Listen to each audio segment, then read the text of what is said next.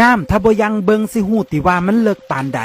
คนถ้าบ่ร้องคบกับบ่ฮู้ว่าไผดีไผร้ายถ้าคบกันบ่โดนก็เห็นอารมณ์คนคบโดนแน่ก็เห็นคุณธรรมคนจริงใจแห่งคบแห่งเข้าใจ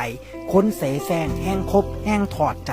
จำไว้เด้อความเสแสร้งบ่มีทางแลกความจริงใจได้ดอกเวลาสิเป็นโตพิสูจน์ใจคนพิสูจน์นิสัยคนเพราะคำบอกคนมันสู่การเฮ็ดบ่ได้ว่ากันว่ามือใดเกิดเรื่องจังสิฮู้ว่าผู้ใดคือมิตรแท้มือใดตกต่ำจังฮู้ว่าไผคบด้วยใจไผคบด้วยเงินมือใดเบิดผลประโยชน์จังฮู้ว่าไผยังอยู่ไผจากไป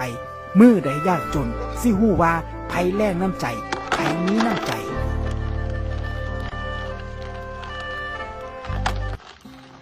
แห่งเวลาชีวิตลดน้อยถอยลงเฮาแห่งควรเลิกเสียดายอดีตที่แก้ไขบ่ได้เบิ่งไปข้างหน้าทำหน้าที่ให้ดีที่สุดแล้วก็จิวไปเด้อความสุขบ่ได้วัดจากการมีหลายหรือมีน้อยแต่อยู่ที่เฮาพอใจในจุดใดมือใด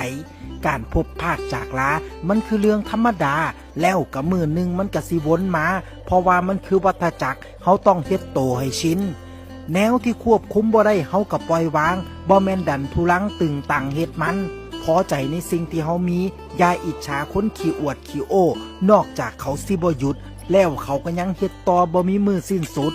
บ่มีผู้ใดเก่งสู่เรื่องแล้วก็บ่มีผู้ใดบ่เก่งเลยต่างคนก็ต่างมีข้อดีแล้วก็ข้อเสียของเจ้าของ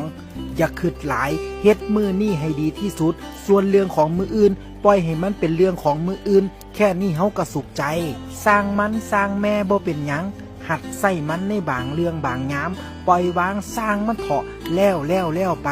อย่าไปคิดหลายปวดหัวเสียใจผู้ใดก็เป็นแต่อย่าเสียดายอย่างน้อยมันก็คือประสบการณ์ชีวิต